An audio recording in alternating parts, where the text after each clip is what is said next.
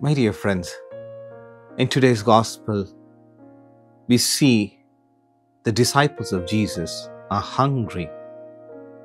And as they were passing through these fields full of grains, they are plucking the grains and they are eating them. They are satisfying their hunger.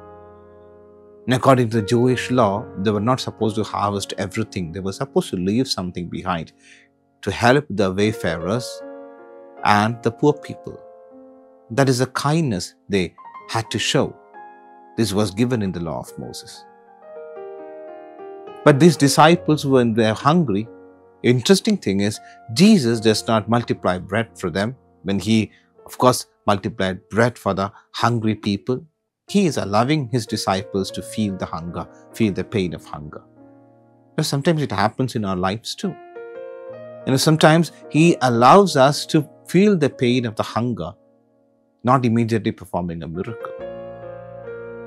Think why the Lord is doing that. He wants to teach us something. He wants to strengthen us, or he wants to make us, ready for what is going to come next.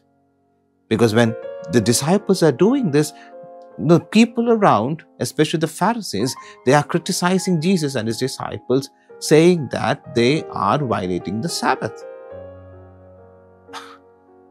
The poor people are hungry and they are trying to eat something. And when they're eating something, they see that it's a violation of Sabbath. So here comes the iconic statement of Jesus. I desire mercy, not sacrifice. He says this from the context of the priest who is offering sacrifice in the temple. When he offers sacrifice in the temple, what are the things he does? He prepares a fire, he prepares the animal, he slaughters the animal, he lifts the sacrifice or slaughtered animal to the altar. So many things actions are done by the priest.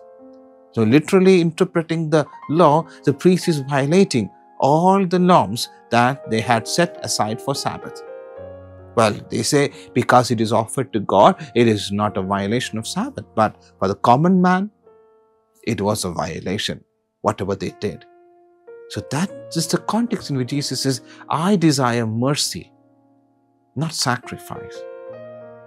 So understand what is the real purpose here.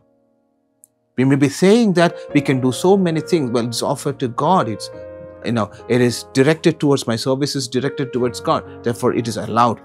But what is about the common man who is suffering? What about the common man who is in pain? And do we think God would shut his eyes towards the common man who suffers? No. Therefore, when Jesus is interpreting this, he is asking us to show kindness. Don't expect God to always show mercy. Why can we not be merciful to each other?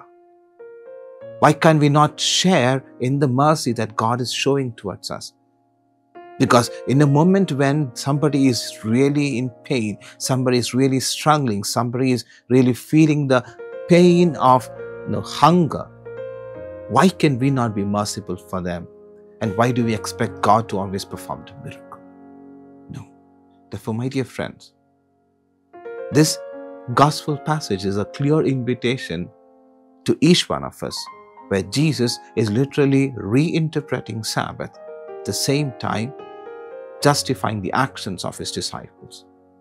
The same way, let us be kind towards those people, those unfortunate ones, who for certain reasons have to break certain laws. But they are doing it for their survival.